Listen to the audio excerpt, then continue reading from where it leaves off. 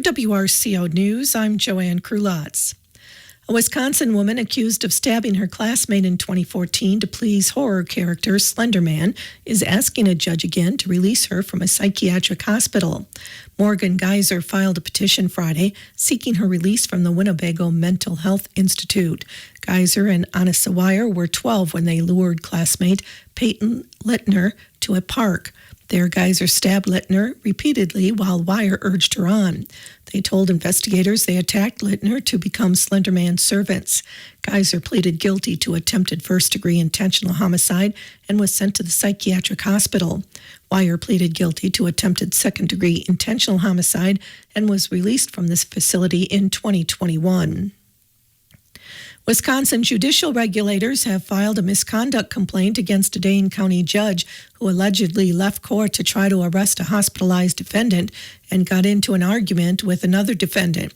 The Wisconsin State Journal reports that the State Judicial Commission filed the complaint against Ellen Burrs on Thursday.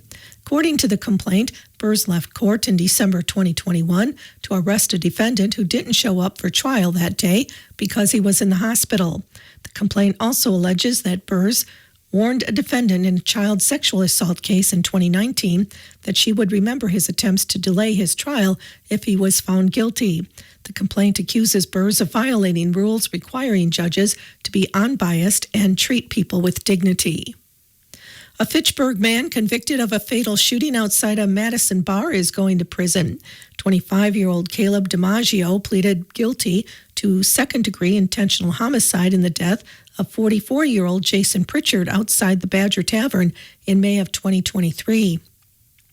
Preliminary breath tests showed after the shooting that DiMaggio's blood alcohol concentration was nearly 3 times the legal limit for driving. DiMaggio was sentenced to 18 years in prison, followed by 15 years on extended supervision. The Wisconsin Department of Natural Resources celebrates the start of the 2024 elk hunting season today.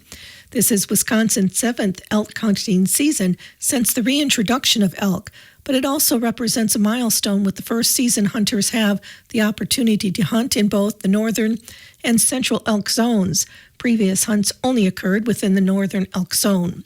The DNR approved an 8-bull harvest quota for the northern elk zone and a 4-bull quota for the inaugural season in the central elk zone.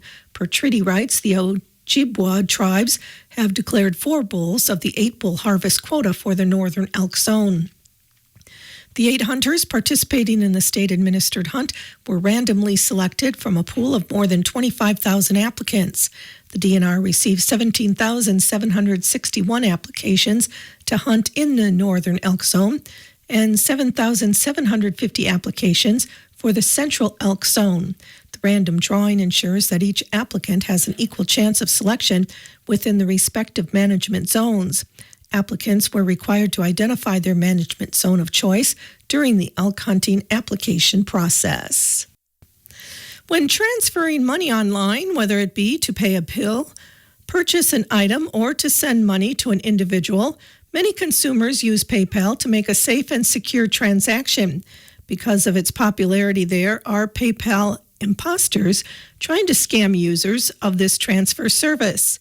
Michelle Reinen is with the Wisconsin Department of Agriculture, Trade, and Consumer Protection. Recently, we here at DADCAP have received a number of reports from consumers who were targeted by these PayPal scams. And so, again, this is the fake PayPal invoices that are out there, not the legitimate. But scammers use that fake PayPal because it is well known and individuals do use it in everyday life. The consumers described receiving invoices and money requests through PayPal from people they did not recognize about purchases that they had not actually made. In these scams, the requester sometimes includes a note that they hope will pressure the individual into sending money right away. And in other cases, scammers sent out an email invoice designed to look like a legitimate message from PayPal saying that consumer had recently purchased cryptocurrency, telecom services, or some other product. We have seen that variety there. And occasionally a fake customer service phone number was provided, and if called, actually connected you to the scammer. Scammers should not be able to access a PayPal account, but If it appears that they may have, action can be taken to make sure the account continues to be secure. Because people are out there purchasing and using PayPal as a mechanism of payment, that the scam could just trigger at the same time, and you think that it's connected and that they are looking at your data when it just aligns. And so that's something to be cautious of. If you think that there's any way they could be monitoring that, you want to get into your account and be sure that you are changing your password so there is protection that no one can access that history and information. But if you receive suspicious or unexpected invoices or money requests, don't just pay out of the blue. If you suspect that it could be legit, check your own records to see if you've made that purchase and match the description. Never open any links or use any contact information provided in these requests. Instead, only use the information found on the PayPal's official website, which you go to on your own, again, without clicking any links, because you'll just want to verify information before you take action.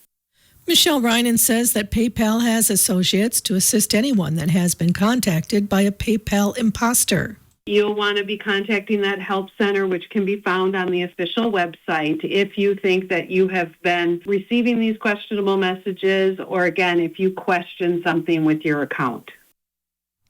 If you suspect a scam or are a victim of any scam, you can contact DATCAP's Consumer Protection Hotline by phone at 1-800-422-7128, by email at datcphotline@wi.gov, or go to their website at datcp.wi.gov. Several streets in Richland Center will be receiving blacktop overlays this coming week, Monday through Friday. The streets to be worked on are Hillside Drive from North Fern to the end of the street, North Fern Street from Hillside Drive to the east side of Hardy Drive, South Park Street from TKS to East Kinder Street, East Gage Street from Sextonville Road to South Sheldon, Leona Avenue from West Hazeltine Street to 700 Driveway, and West Kinder Street from Leona Avenue to the end of the street. Again, the streets will be worked on Monday through Friday, and no parking signs have been posted.